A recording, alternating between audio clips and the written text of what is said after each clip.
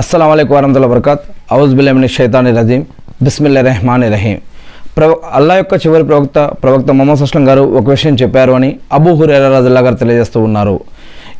ఈ యొక్క విషయం ఏంటంటే సలాం గురించి.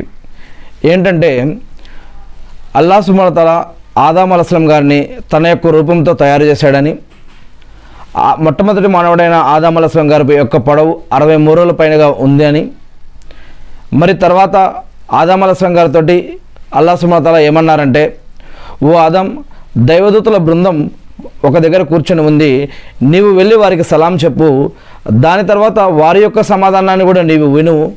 ఈ యొక్క సలాం నీకు మరియు నీ సంతానానికి దువాగా నిర్ణయించబడింది అని అల్లాహ్ సుబ్హానహు వ తఆలా ప్రవక్త ఆదం అలైహిస్సలాం గారు మొట్టమొదటి మానవుడైన ఆదం అలైహిస్సలాం గారితో చెప్పారు అని.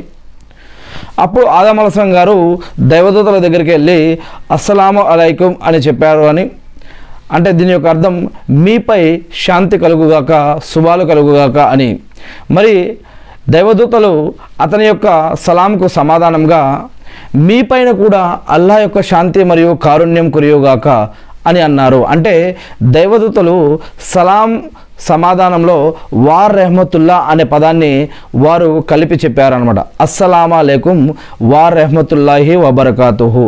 అంటే మీపైన మరియు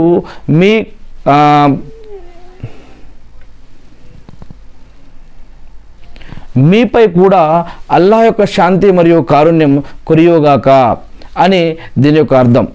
స్వర్గంలో ప్రవేశించే వ్యక్తి ఆదం అలైహిస్సలాం గారిని పోలి ఉంటారు అని, ఇంకా 60 మూరలు పొడుగ్గా ఉంటారు అని, ఆ తర్వాత సంతానం పొడవు రాను రాను తగ్గి ఇప్పుడు మీరు చూస్తున్నట్లుగా ఉంటుంది అని ఈ యొక్క హదీస్లో ప్రవక్త ముహమ్మద్ సల్లం గారు చెప్పారు అని అబూ హురైరా రజియల్లాహు గారు తెలియజేస్తూ ఉన్నారు. ఈ యొక్క హదీస్ బుఖారీ మరియు ముస్లిం హదీస్ గ్రంథాల నుంచి తీసుకోవడం జరిగింది. మరి అంతేకాకుండా అనస్ రజియల్లాహు గారి కథనం ప్రకారం అనస్ రజియల్లాహు గారు ఏం చెప్పారంటే, ప్రవక్త ముహమ్మద్ సల్లం గారు నన్ను 5 విషయాల గురించి బోధించారు నాకు. ఓ అనస్ రజియల్లాహు గారు, నీవు పూర్తిగా వజూ చెయ్యి, దీనివల్ల నీ యొక్క ఆయుష్ పెరుగుతుంది. మరియు నీవు ఒక ముస్లింని కలిసినప్పుడు మంచి పద్ధతిలో సలాం చెయ్యి, దానివల్ల నీకు పుణ్యాలు పెరుగుతాయి. ఇక 3వ విషయం, ఇంట్లోకి నీవు ప్రవేశించేటప్పుడు సలాం చెప్పుకుంటూ నీవు ఇంట్లోకి ప్రవేశించు. ఉదాహరణకి అస్సలాము అలైకుం వరహ్మతుల్లాహి వబరకాతుహు అని అనుకుంటూ ఇంట్లో ప్రవేశిస్తే ఆ ఇంట్లో శుభాలు కలుగుతాయని. ఇక 4వ విషయం, మరి తర్వాత నీవు సూర్యోదయం తర్వాత నీవు నమాజు చెయ్యి, ఇది పూర్వీకుల పద్ధతి అని, దానివల్ల వారు దైవభక్తులు అయ్యారు అని ఈ విధంగా ప్రవక్త ముహమ్మద్ సల్లం గారు చెప్పారని. మరియు ఓ అనస్, నీవు చిన్నల దయచూపు, పెద్దలని గౌరవించు, దానివల్ల నా సాన్నిహిత్యం నీకు లభిస్తుంది అని ప్రవక్త ముహమ్మద్ సల్లం గారు ఇంకో విషయం చెప్పారని.